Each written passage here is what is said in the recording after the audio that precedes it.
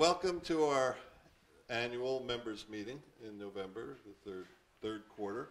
I'm John Pritz. I'm co-president of the Mamaroneck Historical Society. Our other co-president, Gail Boyle, could not make it. She is down visiting her son, who is in the service. One of the reasons that we're honoring service people today is because of Gail. I think she's responsible more than anybody to have this. So I'm sorry that she's not here. And she's a much better speaker than I am, so that's the second reason why I wish she was here. But anyway, I'd like to introduce our board members first. Here's George Migradishian, all right? He's our vice president, and he's up for election tonight. Mike Tripico, all right? Mike Tripico is our archivist, and he's here always. Let's see, where is everybody else? Carol Aiken, all right? Carol Aiken is our secretary, our former president, all right? And I'm glad you're here, Carol, in case I misstep. Behind her is Ray Maldonado, thank you, all right? Ray is a trustee. Handing out our documents is Peter Fellows. He is a trustee as well. He also has a website called Mamaroneck History that you may have seen. In the back is Don Sutherland. He's our treasurer. He's been in the service of the Mamaroneck Historical Society forever. Who am I missing? I introduced myself first. And that's that. All right, now, first item of business is we've got a bylaw change that was mandated by the state that we have had to add to the bylaws. Now, what I'd like to do is have Don Sutherland read the revision, and then we're going to vote on it. Don? Thank you, John. It's a short bylaws change, 3 provisions intended to promote ethics and integrity. Number 1, it is the policy of the Mamaroneck Historical Society that all of its activities shall be conducted in accordance with the highest standards of integrity and ethics and in a manner that will not reflect or appear to reflect adversely on the Society's credibility, objectivity, or fairness. Number 2, every board member must maintain the highest standards of honesty and integrity and must refrain from any use whatsoever of his or her position at the Society or the information, privileges, or influence which such position may provide, when such use is motivated by or gives the appearance that it is motivated by the desire for private gain or advantage for the board member or for other persons, institutions, or corporations with which he or she has family, professional, business, or financial connections. And the last one, no board member shall have any interest, financial or otherwise, direct or indirect, or engage in any business or transaction or professional activity or incur any obligation of any nature which is in substantial conflict of the proper discharge of his or her duties and responsibilities at the Society. Can I get a motion to accept the change? A second? Second. Accepted. All in favor? Aye. Aye. All opposed? Unanimous. So it passes. And it's now included in the bylaws. The second order of business tonight is we've got 3 members of the board that are up for re-election. We did not receive, well, first of all, the committee chose 3 people to be added to the board, or actually to stay on the board. We are now having to vote for them. Now, I've got ballots. We don't have to use them if we don't need to, so let's try first. George is up for re-election for vice president. We've got, let's see, Don Sutherland is up for treasurer, and Ray Maldonado is up for trustee. All are 2-year terms. Do I hear a motion to accept? So moved. Second? Second. Second? All in favor for George? Raise your hand. Aye. All opposed? All in favor for Ray? Raise your hand. All opposed? All in favor for Don? Raise your hand. All opposed? It's unanimous. Excellent. And that is the order of business for today. No recount? Huh? No recount? No recount. So when you have one party in the room, that's all you got. What I'd like to do next is have an update of the Delancey Cemetery restoration. Who's going to do that? I guess Peter and I. Peter and you? Let's get it going. What we are doing as a historical society is going through the town of Mamaroneck to try to put order to the cemeteries in town. The first order of business was the Delancey. They've been working their tails off to research and fix up, clean up, and identify markers for who was in the cemeteries. Who wants to speak first? We did this in 2 phases. The first phase is rebuilding the existing stone wall that is not there anymore, which is written about. So we want to redo that wall. We've started, sort of. We've located where it was. And we've gotten some rock in so far. We have people working on bringing more in. So I don't want to go into too much of that now. That's phase 1, doing the stone wall. Phase 2 is the actual restoration and the research, which I'll let Peter tell you about quickly. Okay, so we've done a lot of the research on the residents who were there, the ones who were there but were removed from that location, and we have some people coming to give us a quote on what it would cost to do restoration. These are great people. We'll be publishing that and letting you know as we know. The most exciting thing is we may have discovered an unknown grave there. If we did, this would probably be a grave of a slave or a freed slave, a servant. It's consistent with the markings of such, but we don't have any more information than that. Well, let me ask you a question. All right, what are the restorers going to restore? All right, what specifically would they do?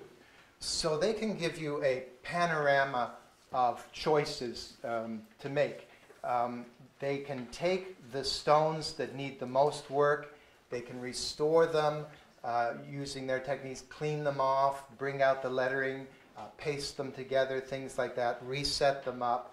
But how much we want to do will partially depend upon the costs, and those things will have to be discovered as we go along talking about it. Okay. Go, please. Yeah, what's interesting is that all cemeteries are the responsibility of the respective town. And when you bring up cost, I'm just wondering if perhaps if you haven't, you should go to the town of Mamaroneck and say, what are you going to contribute to the restoration? We've actually spoken to the town, but not about finances yet. We're waiting to hear from the restoring company and get an estimate on what they can charge us. Then we will go and talk to Mr. Altieri over there and see what we can work out. Yeah, the way it reads, it sounds like the most that they're absolutely liable for is keeping it clean and maintained. Yeah. But there seems to be a lot of enthusiasm Yeah. in both the village and the town. Right. And They've worked in the past with the older historical society years ago in doing research on the property, all the properties, but the Delancey included, and they paid for all of that, those surveys and those, yes, they did. so we're hoping that maybe. We think the check's in the mail. One thing that is sort of heartwarming is we're getting a whole slew of volunteer labor, right, from different companies within town, and you can't ask for more than that, all right? All that we can do is try to publicize it as best we can, right, to get more people to do that.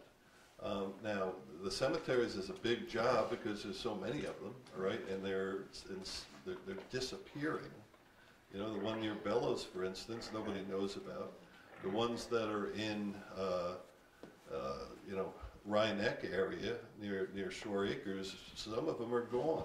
The one near the high school, I remember growing up, that was the Powell Cemetery. the Powell Cemetery. You don't know what's there anymore. Grove, and nobody even knows it's there. That's right. So there's a whole slew of things like that that are, you know, we've got to stop it, all right? We've got to make it stop. You know, the ones near the water in Mamaroneck are, you know, you can't get to them, number one, and they sort of disappear as people live their lives and figuring, you know, almost add it to their own property, and it's kind of sad. We're going to take them one at a time. One at a time.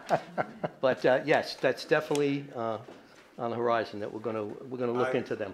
I grew up near St. John and Paul's, and right next to that was a small cemetery where I think Fenimore Cooper was buried. Yeah. I don't know whether you're aware of that. No, There's a very small cemetery think he was going very up. So, What is that? that's- Garden Road, is it? Or yeah, that cemetery is still there. And that cemetery is still there. It's in decent shape. About the Cooper thing, I don't know if that's true or not, but we didn't get to that one yet. We'll deal with that. But what we all are also trying to do is get we've talked to Lynn Crowley, for instance, who's the historian for Larchmont in the town of Mamaroneck, and she and I have spoken not at length. I've been a little busy lately, but we are planning on working together a lot on a lot of different things. So, Very good. thank you. Last, before we start the programs tonight, I just want to let you know that on December 9th, we are going to be having a holiday cheer event at the 1816 Schoolhouse at 3 o'clock. And everybody is invited. We have,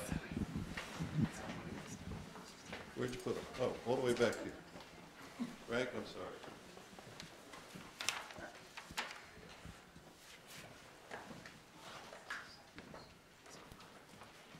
We have a historic Mamaroneck calendar, all right, that is now available, all right? Old-time pictures of Mamaroneck, really, really good. It's $20, great holiday gift, Christmas gift. If you want them, just ask us. We also offer, if you buy one for $20, everyone after that is $15. A couple of things that Annie mentioned that I'd just like to touch on. Number one, the view here of the harbor is gorgeous. Peter Fellows, Mike Tripico, and I got a map of one of the original plot maps for this area. And on it was the original location of the Delancey House, which is on the corner of Fenimore Road and the Post Road. So we said, well, let's see if we can figure this out.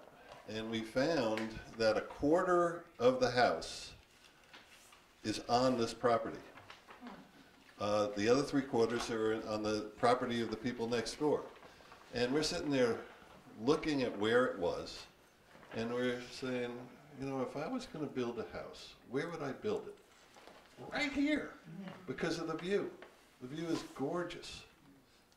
Right? The view is gorgeous. Now there's trees in the way now, but when there was no trees, it would be the perfect place to have a house. So, yes. The neighbor next door was kind enough to cut down 13 trees. Yeah. Along the side here. Serious? So, yeah. So now Since we were here then. In the last 6 months. Yeah, since we did our search. Yeah, in the last, oh yeah, definitely. The view was dramatically improved on this side here along the edge of their property. We need about 4 more trees to go the same way, though. Well, it gets Who's dark got a at night, chainsaw? Bill. But anyway, the other thing is she mentioned Hunter Megan, who is actually one of the founding members of the Mamaroneck Historical Society. And I just want to recognize him for his contribution to us. Yes? Maybe like 20, 30 feet out, there's a hole. It's like a foot drop. My friends surmised that might have been a well. Oh, And Possible. if that was the placement of the well, then it's certainly close to the house. Certainly close to the house, who knows? That's certainly possible. Wonder what's at the bottom of the well. That I don't know. Could have been an outhouse too.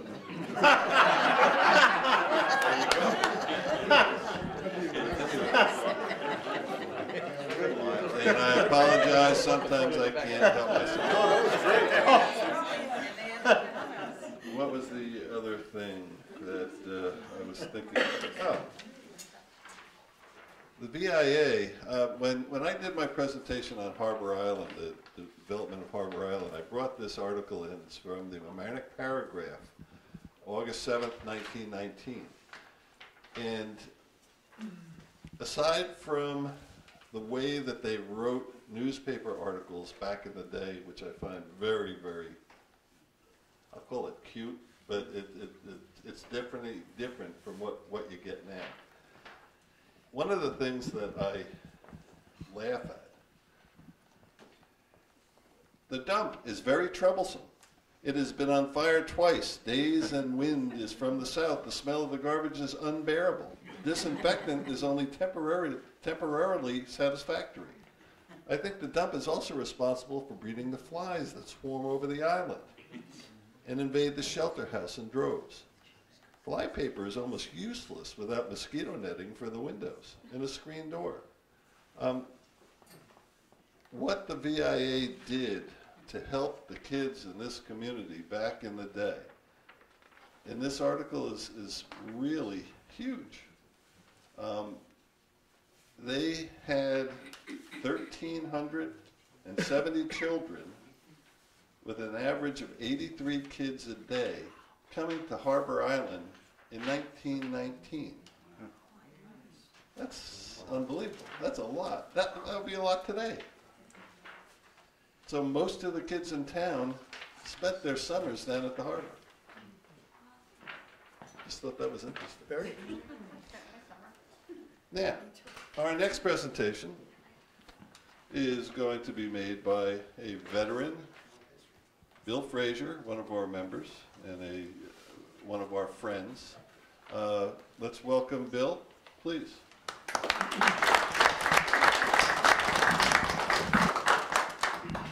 Thank you, John. I just thought, being Veterans Day was a week or so ago, a couple of weeks back, we'd talk about the veterans, and I'm sure some of the people I speak about, a lot of the faces in here I know knew them.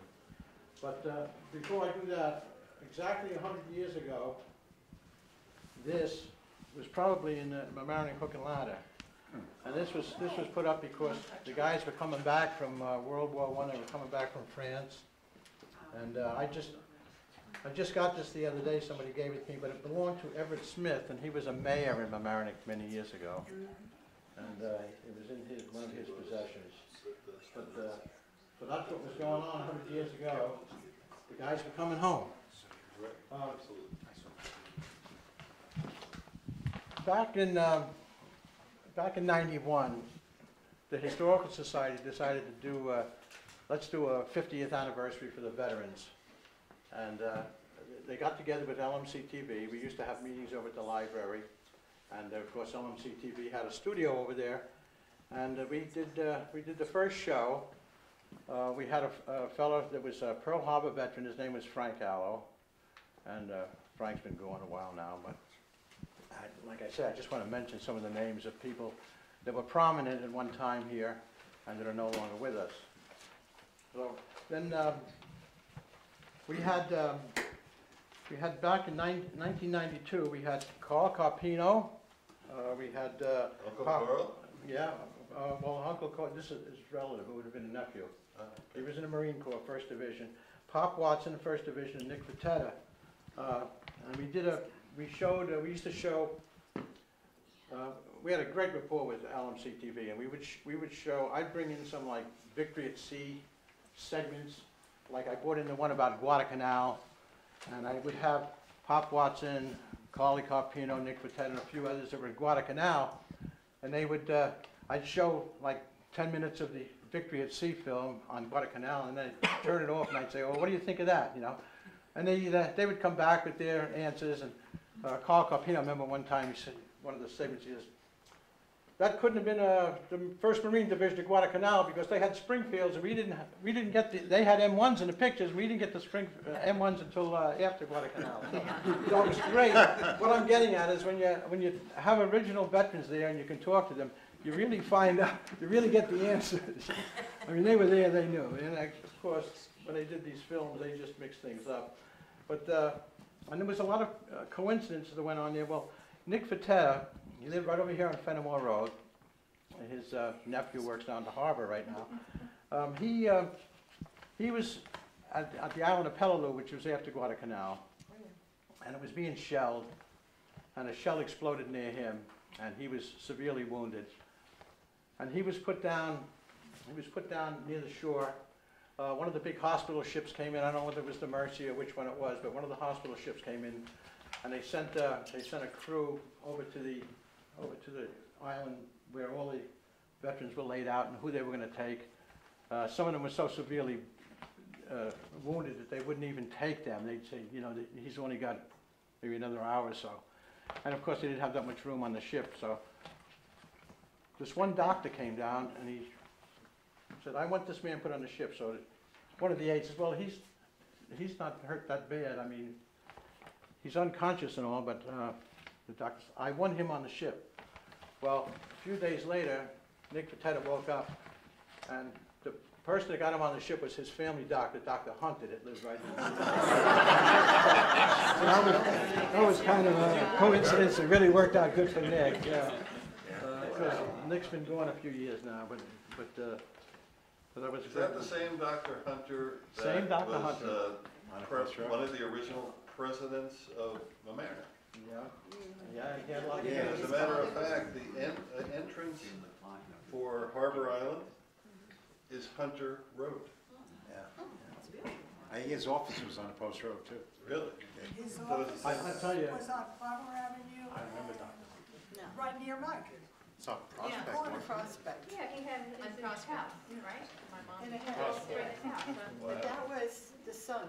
Yeah. I Oh, that think was the the son. father was Dr. Hunter also. Oh, I okay, think. all right.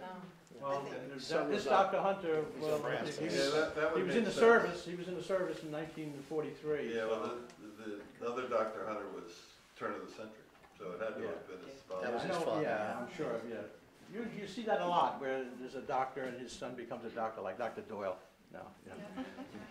But anyway, that was one of the coincidences that happened there, and also after the battle, like Carl Carpino and a few others, they'd spot someone that looked familiar, and they'd say, "You from Mamaroneck?" "Yeah, oh yeah, oh." And next thing you know, it's a friend of a friend, and this and that. And there was a lot of that went on. There was another thing that happened there. You've heard of the 5 Sullivans, the Sullivan that went down, in the same ship. Well, the other coincidence there is that we had one of the first fellows to lose his life in Mamaroneck was on that ship too. His name was Wilbur Tompkins. He lived right here in Mamaroneck, and he went down with that ship also. So that was one of the others. What ship was that? That was the Juno, USS Juno. It went down on November 13th of 1942, right off That was Guadalcanal. early in the war. Yeah, that's why I say he was one of the first. One of the first, incidentally, During World War I, one of the first people to lose his life from Mamaroneck was a fireman. He was with Hook and Ladder, and his name was Red. The nickname was Red O'Neill, and he was. In fact, there's still pictures in the firehouse. If you go look behind, you'll find pictures of him.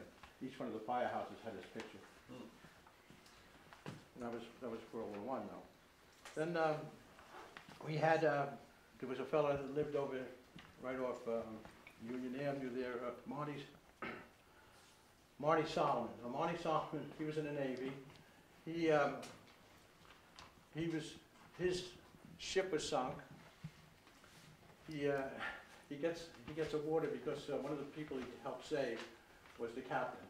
So it was good for him. However, he was rewarded by the next ship he was on was sunk also. And then one more after that, before he got out of the Navy, was also sunk.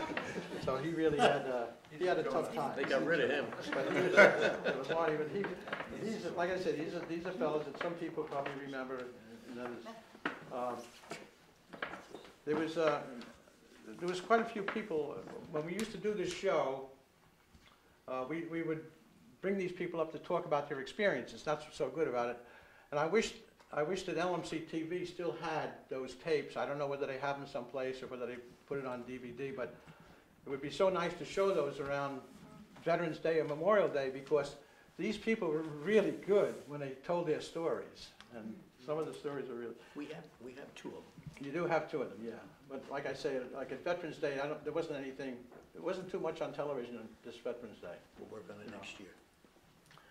Like at that meeting in 1943, or which would be 93 show, we had Roy Kedney from Mamaroneck, Bobby Garvin, he was a fighter pilot, Frank Rathbone, he was a B-17 guy. We had Jerry Page, he was a B-25 navigator from Larchmont, and Anthony Lebrandi, who was he had P-47s over in the Pacific.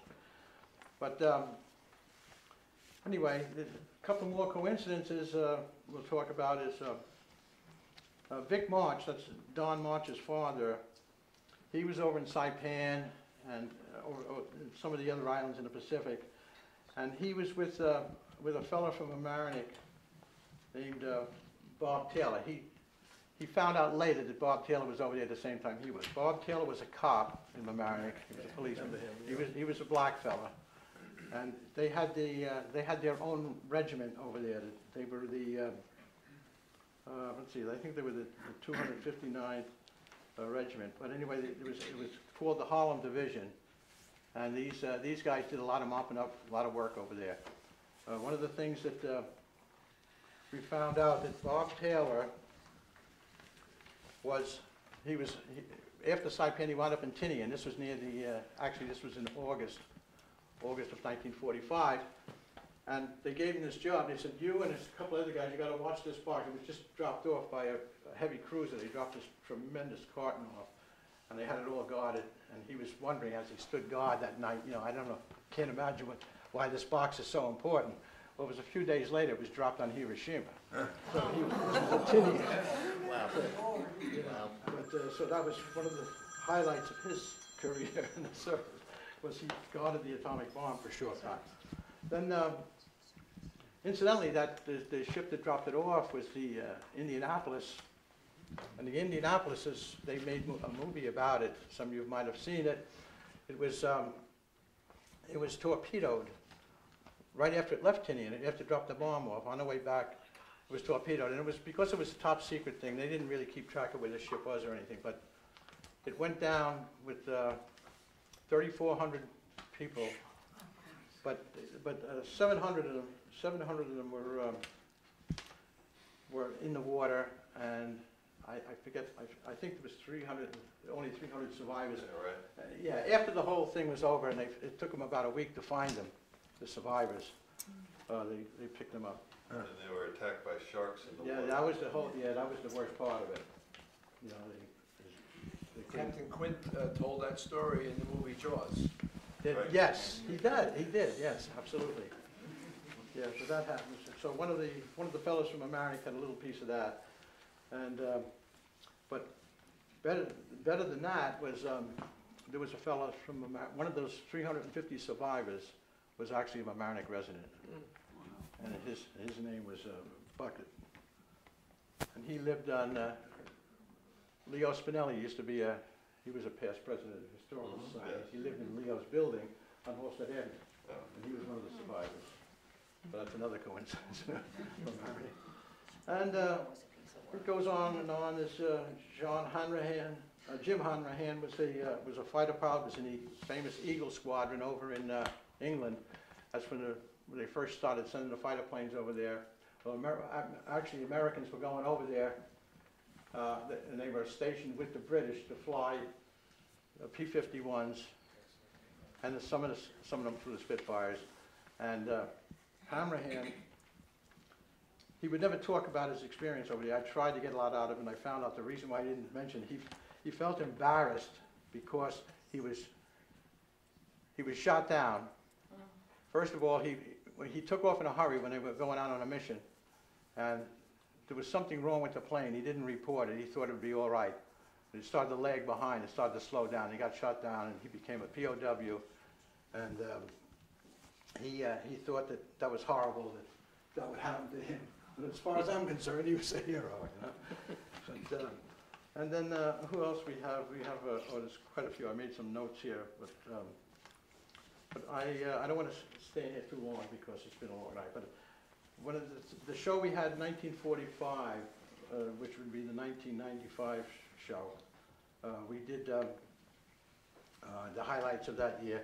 And we had a fellow from Larchmont, or the town, Bob Wassman. He was on the Ben Franklin, the carrier. And this carrier was hit by kamikazes and bombs and everything else. Actually, a bomb landed and it went down below deck and hit the munitions and it blew up. And they lost a lot of people on that. But what they did there is, he says, pancakes saved his life. Yeah. What happened is he had just left his office that morning, and he walked past the galley, and the galley they were serving pancakes. It was a Sunday, so he decided he's going to go and get some pancakes. And when that bomb was dropped, it went down in part of the ship, which was right near his quarters, and his quarter was annihilated. And that was a great story. The Ben Franklin, it was completely dismantled as far as the engines and everything go. It was almost at the verge of sinking, and it was drifting towards this island. It was right near Japan. This island, Hishira or one of those islands. I forget the name of it. And they got a cruiser. They tied it onto a cruiser. They had a bunch of the sailors. They got into some of the longboats, the launches, and they got enough lines out there where they could tow this ship in. And they started towing it. And as they were towing it, getting it away, because it was drifting towards the island. If the Japanese knew that this ship was drifting towards them, they would have sent planes out and finished it right off. Well, they got that thing out into the ocean, pretty far away from Japan. They managed it. They left a crew on there. They were trying to clean it up. They got one engine going, and the thing was able to do 2 knots, and then it was doing 4 knots, and they got another one going. They got 2 engines going. But they brought it to Hawaii. Hawaii, they couldn't even touch it. It was so badly damaged. The elevated deck was completely turned upside down and laying sideways. I mean, it was such horrible shape that they decided it's got to go to the best place in the country that does boat repairs and ship repairs, the Brooklyn Navy Yards. So they went through the Panama Canal and they got it all the way around. And they bought it. And one of the reasons I'm telling you the story is my father worked at the Brooklyn Navy Yard at this time. And even though it was gas rationing, you couldn't get tires, and you couldn't do this, and you couldn't do that, he had a coupon for the gas because he had to go back and forth to work from nearest shelter, Brooklyn. So he took my brother and I, put us in the car and took us down to see this. And the whole ship was all black on one side. It was still from where it was, and all twisted metal and everything. But it got all the way back, and they actually, I guess you could say recommissioned. Is that what they would say, Skip? In other words, they got it back running again. Yeah, recommissioned. Yeah, they got it back into the water again and working. And then wasn't too long after that the war ended, and I think they did scrap it. It wound up being scrapped. But this Bob Wassman, he told us stories about it. It was really good. And the last one, I don't want to do this too long. You know? I love the stories. And I'd show too, Anthony Marcella. I guess a lot of people know Anthony Marcella because he's very active. He was very active with the veterans, and he just passed away recently. That's right. Well, Anthony was talking about his brother John that was lost over in Italy, and another coincidence there. His brother was killed in a tank. A tank was hit and it exploded. He didn't know it at the time. He found out a couple of months later, I think, by the time the word got to him, because he was over in Italy. His brother was killed, I think, in Sicily, and he was up a little further up on the boot. But anyway, after the war, when they sent his body was sent back. John's body, his brother John's body, was sent back. It wound up in a military cemetery in Louisville, Kentucky. And Anthony said they went out to the cemetery to visit. You know, once his body was set up out there, they went there, and he's looking at the monument that they had there, and a couple of monuments away was a fellow. I think his name was Lancia, and he was one of John's best friends, and he was killed in an air, probably a B-17 or a 24, where they, because there was 10 of them, they buried the 10 of them in a common grave. John was buried in a common grave, because we were talking about cemeteries before. This is what they did in some places. It was a common grave with the other two people that were in his tank that he died with, and they put them together. And like I say, they had this other fellow, his crew. There was 10, I think 10 in that crew, the Lancia, and he was only like 2 or 3 monuments away. That's funny. They saw this monument. He couldn't believe it. Yeah. Somebody he grew up as a good friend of. Yep. You never know. Never These together, are yeah. some of the strange things. And the last one I'll tell you about, which is, and this fellow's still with us, is Bud Wright. Bud Wright's he was a past chief of the Mamaroneck Fire Department. And Bud was on a destroyer escort. And before he went overseas, a friend of his from Mamaroneck, I don't know, it was somebody he was in the service with. They came to Grand Central Station. They had to leave. Bud was from California, but he was on leave, and he came to the Grand Central Station, met his friend there, and he said, "I've got a date for you. I wanted you to meet somebody." He introduced him to Ann Santangelo. Okay. You know the story, right? And so then Bud, of course, he was just on leave. He had to go back in the service. It was so. They started writing to each other. They became good friends. Eventually got married. But anyway, so he's over in the Pacific. He's at the Battle of Okinawa now.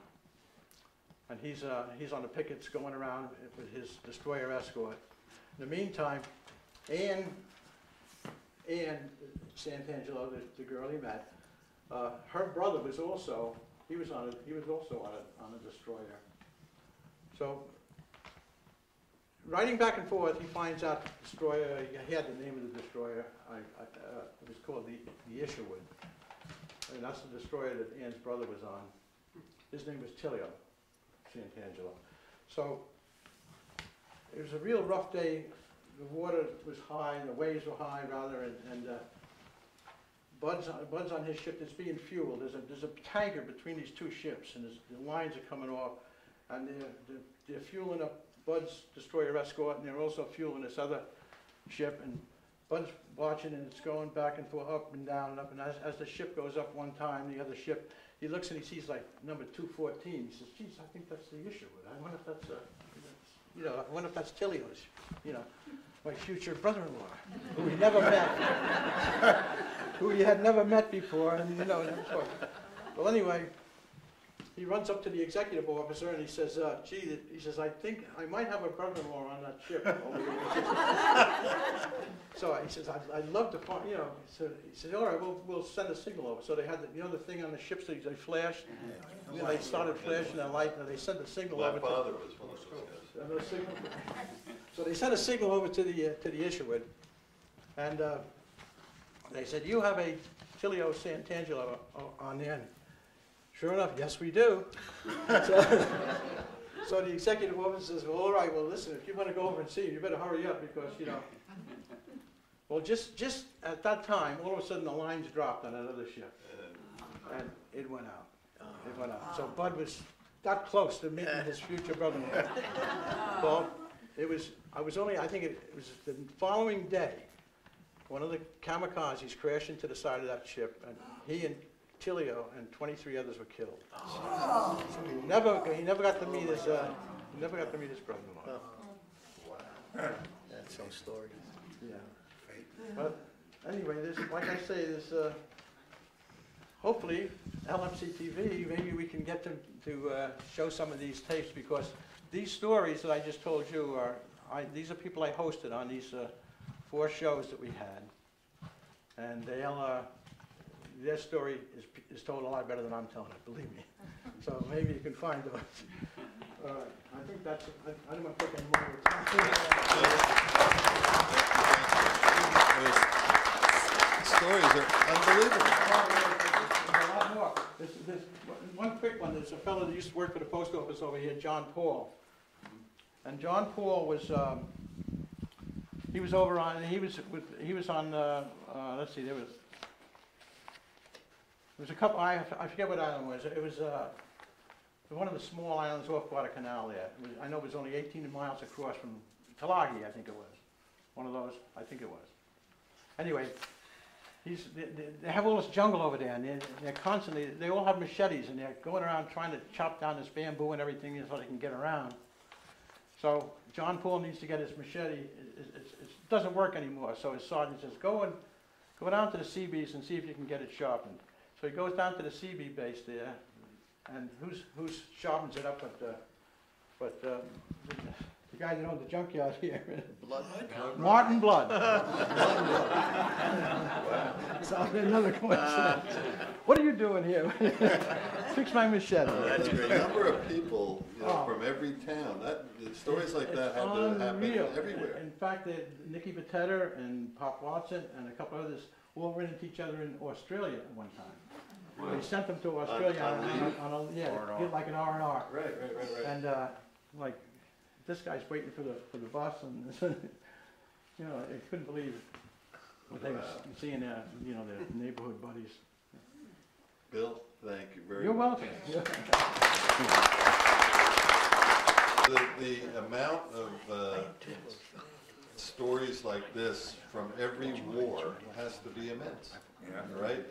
You know, people meeting people and all over the world. It's somehow, some way, we've got to accumulate all these things. Now, like Bill said, if these were tapes that were already done by LMC-TV, we need to speak with Matt Sullivan about getting these things, right, and making them available and putting them on TV. You know, I could say the same thing about some of the videos that my mother did back in the 80s and the 90s, right? And there's tons of them just sitting. Somewhere, right? And not being seen. There's a whole generation and new people here in town that have never seen some of the stuff that has gone on here. Yeah. And I'd also like to recognize the service people that are attending tonight. When I say your name, if you would, stand up. Dennis Cuccinella. U.S. Navy, 64 through 66. Henry Gerard. Air Force, 63 through 68. Robert Stark, Air Force, 67. Robert, where'd he go? He's there. I think he left. Oh, he left. Oh, I'm sorry. I'll have to see him when I get home. Leon Bloom, Army, 67 through 78. Richard Cantor, Army, 63-65. Howard Hale, Navy, 16-70. Skip Donahue, Navy, 64-69. Mario Antonelli, Army, 57-59. And Ed Murray, Army, 70-73. Thank you all for your service. I really appreciate it. Yeah, that being said, whoops. Our meeting is over. We've got refreshments in the back. Enjoy, and please look at our displays, and thank you all for coming. Thank you.